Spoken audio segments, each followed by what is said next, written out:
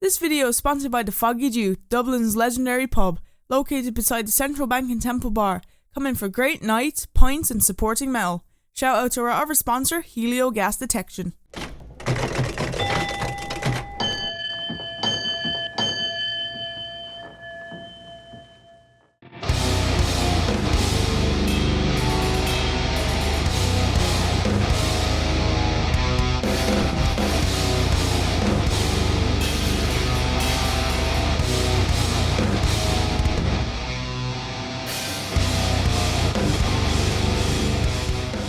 Hey everyone, this is Letty from the Smashing Skull Sessions. I'm joined by Sahil from Demonic Resurrection. How are you doing?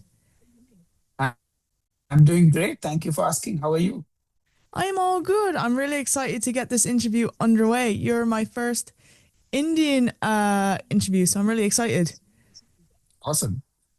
Awesome. So let's get it underway. Welcome to the podcast. To the listeners who maybe haven't heard of you before, could you introduce yourself and your role in the band?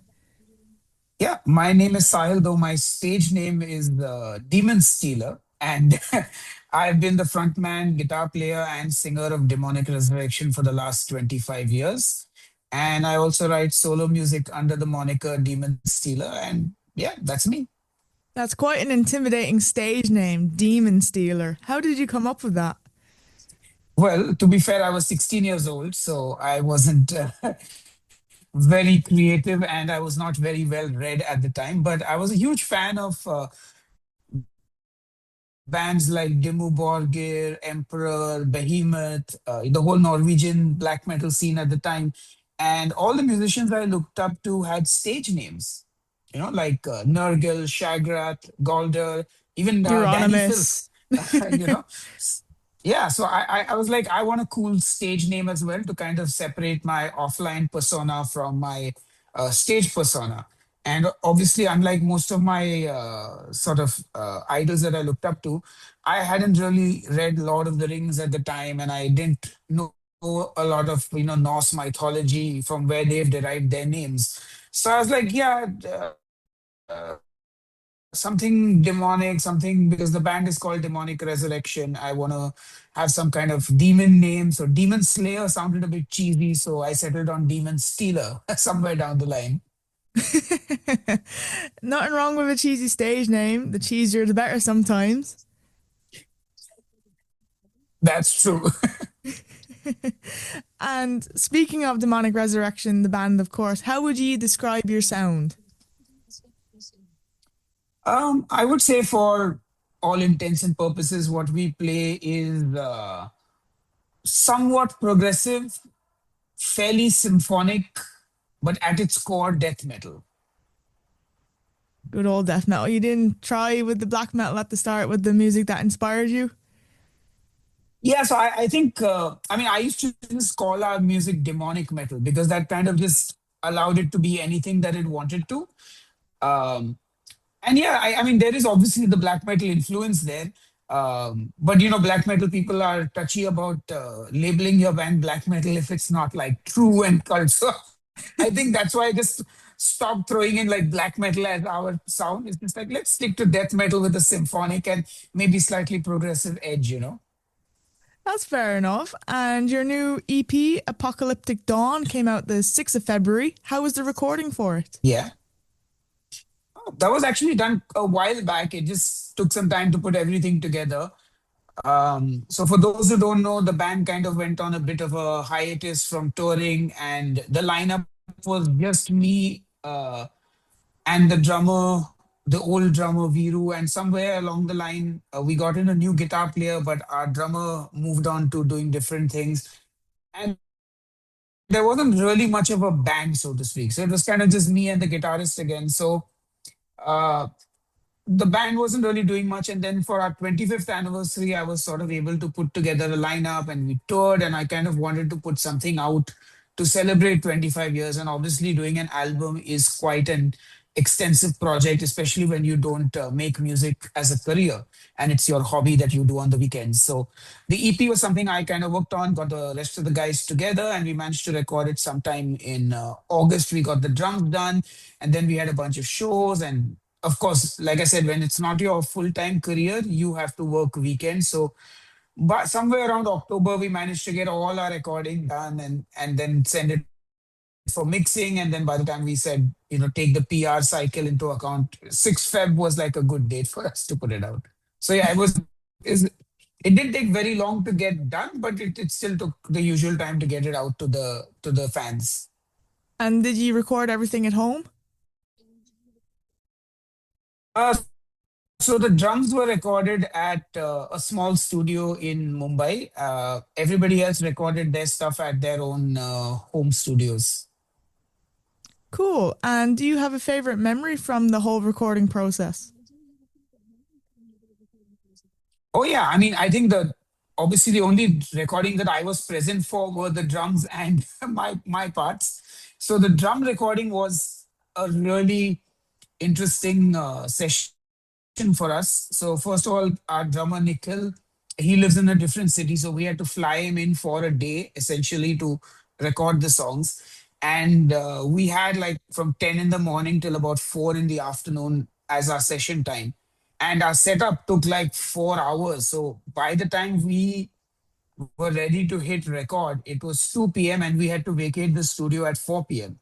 So literally in 2 hours, he had to nail three songs, and two of the songs were fairly new. So he didn't even really have as much time to sit and learn the songs and the parts, but it just kind of clicked. And in like 2 or 3 takes, he was done with the newer songs. And the final song, Apocalyptic Dawn, he just nailed it in one take because we'd been playing that on tour anyway. So yeah, that was like a really crazy session that we had for the drums. That's impressive. He could do the last song in one take. So kudos to him. Yeah. Awesome. And if you could collaborate with any musician, dead or alive, who would it be? Oh, that I mean, that's like a huge wish list, I think, for me, especially because as a with my solo project Demonstealer, I have been collaborating with some of my favorite musicians. It started in like 2016 with my second solo album that I got to collaborate with George Colliers from Nile.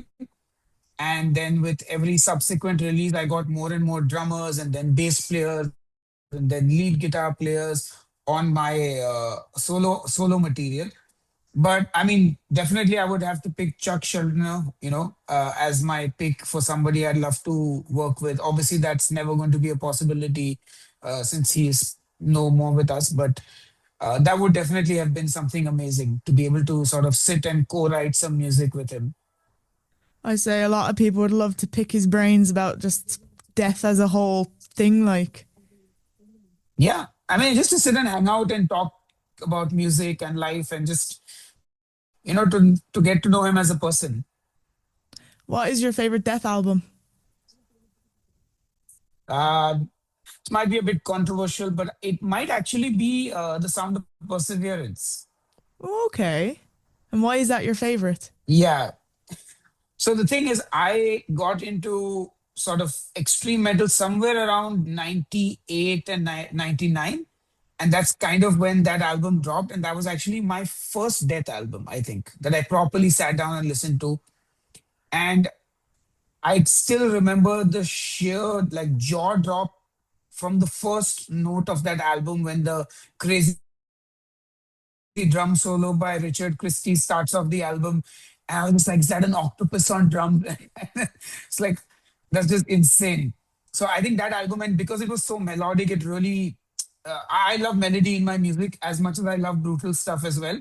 I do love a bit of melody in my metal, and that album just was so beautifully melodic. And I'd say that's a lot of my guitar playing and my riff style comes from that album as well, from Chuck's, especially the symbolic album and the sound of perseverance. Sound of Perseverance. Okay, so now I'm really curious. What are your top three with Sound of Perseverance? Sound of Perseverance at number one. What's number two and number three on that list for death? Number two would definitely be symbolic, without a doubt. And I think number three would probably be human. Oh, okay. No, that's really interesting because my favorite death album is the basic Scream Bloody Gore. Yeah, I think a lot of times it all depends on which part of the catalog you start from, and what age you were sometimes when you get into a band and the music. And it's so amazing that like people can listen to the same band, but everyone has like a different era of the band that they like or which album they think is the best. And it's also relative to when they got into the band in their sort of metal journey and how old they were sometimes. Even that makes such a difference. So yeah, that's pretty cool. That's cool. I'm going to open that state of thinking now to Metallica. What's your favorite kind of Metallica album and your top three, and where did you discover them in their career? So I think I started out with, I think I heard Load first, but I didn't really get into it at all. And it just sort of went away. And then I got into the older catalog of Metallica. So it was Kill 'Em All, Ride the Lightning, Master of Puppets. And I think I'd probably say Master of Puppets was my favorite, followed by Ride the Lightning, followed by Kill 'Em All in that order. That would be my top three Metallica albums. And then there was Justice for All and the Black Album. And then at some point I started to enjoy Load and Reload to some extent. And to be honest, I even enjoyed some songs on Saint Anger, though it's quite a controversial opinion. As you But have a I think, yeah, by controversial, that time I had probably like, you go. yeah, that I liked some of the songs on Saint Anger. I do have a controversial top pick for Death. My favorite Metallica album is Saint Anger. Oh, really? Interesting. Yeah, I just That love, indeed a controversial. very controversial. I just love with it paired with No, some kind of I think it's monster. there's some yeah, that documentary was amazing. And I think that album is unique in its own way. And I also really do love a lot of the songs on it. I think there's quite a few catchy songs on that album. I think Dirty Window is probably one of the most underrated on it. Probably, yeah, because I don't remember that one. Fair enough. And what is, the band is celebrating 25 years together this year, as you said. What has attributed to you, keeping the project going for so long? So I think for me, it has a lot to do with the fact that once I got into heavy metal, that sort of took over my life. I kind of realized shortly after getting into metal and starting to write music that that was what I wanted to do for the rest of my life.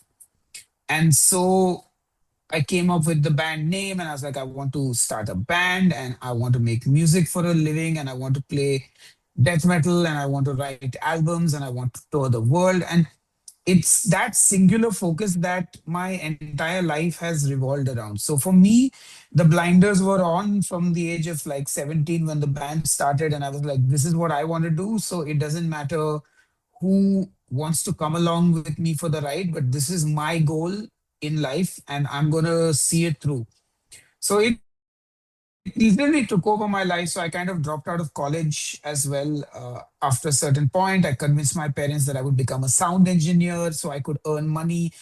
I was not so naive that I thought I could actually do this. I kind of knew that being from India, it was not going to be easy and that I would always need some kind of job to pay the bills.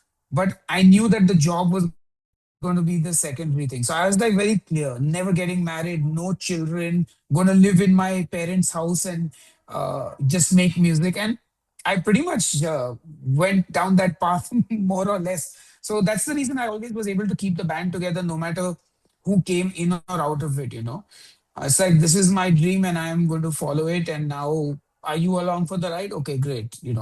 And yeah, that's just been my sole focus and purpose in life. And that's kind of what's led to the band surviving 25 years. That's really cool. And what is the metal scene like in India? Oh boy.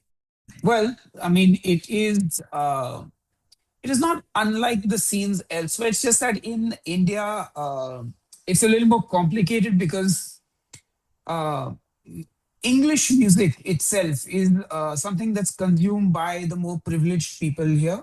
You know, access to music, to be able to buy an instrument.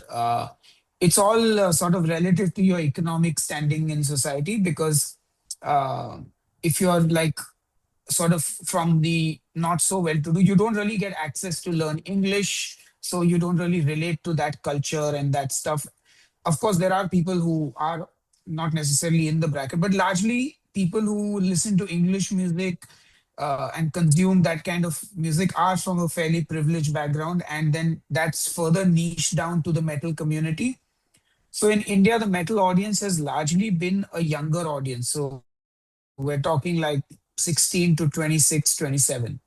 And because it's a sort of privileged group of people that listen to it who are well to do, so the social circle, once you're 25, 26, expands to people who are not necessarily into metal like you. So you tend to deviate from the local scene, which is why you would mostly see the faces change every 4 or 5 years. Like the kids who would come for gigs in the year 2000, they're not still coming for gigs today. Like now, over the last 10, 15 years, with better infrastructure, more venues, more bands, more international artists, we're seeing a lot more of an older crowd slowly developing. And of course, it varies from city to city. Every sort of city in the country has its own crowd. The crowd varies in terms of the kind of genre they like. Like, for example, in the northeastern part of India, now Christianity is the sort of majority religion in a lot of that in those states. So there they find English music a lot more accessible. So you will find everyone from a taxi driver to a rich executive all being able to listen to the same kind of music. So there you will have a lot more people listening to rock music in general, as opposed to say in the state that I am in. In my state, you won't find that because a lot of the people who are not well to do, they don't really speak English. They consume mostly Bollywood music. There's been nothing to bridge the gap between that music and say hard rock music. Like even uh, like so we have a film industry called Bollywood where every movie is like a musical. Even in that, though, there was like a movie about rock music that didn't really become like a huge success with the masses. It did really well, and like almost everyone in the sort of privileged class loved that movie and relates to the songs, and that has given rise to like band singing in like Hindi, which is one of the most widely spoken languages in India. So there's so much to unpack actually with the Indian metal scene. But right now, we went from a scene that was mostly cover bands with hardly any international concerts, no good infrastructure in terms of equipment, bands mostly playing cover songs, to a scene that's actually a scene. So there are bands are mostly writing their own music. There are a lot more venues, more festivals. Everything is sort of gotten better. We haven't reached a point where it is an industry where you could survive as a metal musician, but we are slowly heading somewhere towards that point. Yeah, no, that's a really good insight of how it kind of works over there. And I know one of the Indian bands I've heard of, apart from you guys, of course, is Bloodywood. Yes, so Bloodywood is the only band in the last, whatever, how many, 30, 40 years of rock music being made in India that's been able to sort of break out of India and actually scale on a level that they have. They're like the first, and they're the only band from India in the metal space that is actually making a living touring and playing music. So well done to those guys, and I hope you guys are eventually on that level as well, somewhere down the line. Yeah, I mean, look, at this point, if we're able to book tours and tour regularly and just break even also, we'd be happy with that. I don't like getting my hopes up too high, and because it's far worse than when you don't meet the expectations you set for yourself. And in my research of looking the band up and all that, you played Bloodstock one of the years, wasn't it? Yeah, actually, we played Bloodstock twice. Once in 2012 and once in 2018. Which one was better? 2018, hands down. Like I think by that time we had built somewhat of a following in the UK, and we packed the Sophie tent and we got an incredible response. We got a good response the first time as well, but we didn't pack the tent in the same way. So it was definitely a super memorable show for us. That's good. Maybe I'll catch you one of the years if you're there down the line. Yeah, we're definitely going to see if we can make something happen for 2027, if not Well, this year's not happening, but 2027, that's the target. Watch their space for news on that. And do you have any album releases you're really looking forward to this year, or any that have already come out that you really like? You mean from like other bands? Yeah. Yeah, I mean, I'm constantly listening to new music, and the sort of downside of listening to too much music these days is sometimes you forget what you're actually expecting, and when things are coming out. But definitely looking forward to the new Guerrilla album. They're from Portugal. They're like a melodic black metal band. They're a masked band as well. I think most people have seen and heard them. They're amazing. I'm really looking forward to their full length album that comes out. Also, the Zenith Passage, one of my new favorite tech death bands.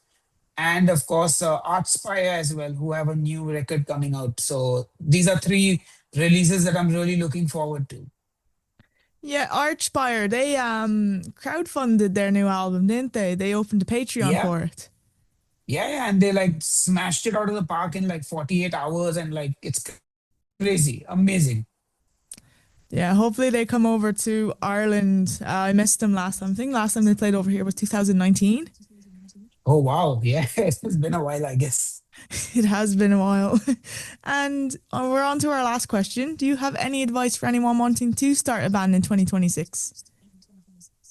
Well, if they're starting a band in 2026 from anywhere other than India, I guess, and I think it'll apply to Indian bands as well, is try and find your own sound, I guess.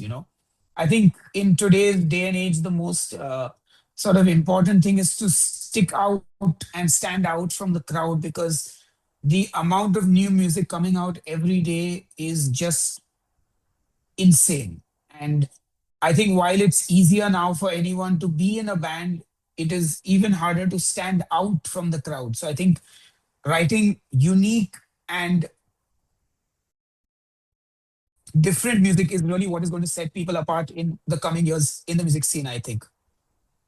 Yeah, because with social media and all that, it's so convoluted and stuff now. It's even harder to find a band. Like I've noticed on my Instagram feed, for every new band I Yeah, find, there's five more that sound very, very similar. exactly. And some bands, I mean, there's a band that I actually follow for the content they make, and I don't think I've heard a single song of theirs. I think they're called Raised by Owls. In fact, I don't Oh, even know if they're a yes. band or if they're just like a. But I have seen like 100 videos of theirs just doing these hilarious skits and like, little bits of content. And I can't tell you right now if they have an album out even, but I can tell you they're really fun guys. I do love their skits as well. And they do release music. They are an actual band. They're not just content creators. Great. So I think my job today after this interview is to go and listen to a couple of songs of theirs and check them out. Let me know your review for sure. Done. Will do. Sahil, thank you so much for taking the time out your day to chat with me. My absolute pleasure. Thank you for having me. Of course, no worries. And Apocalyptic Dawn is out now.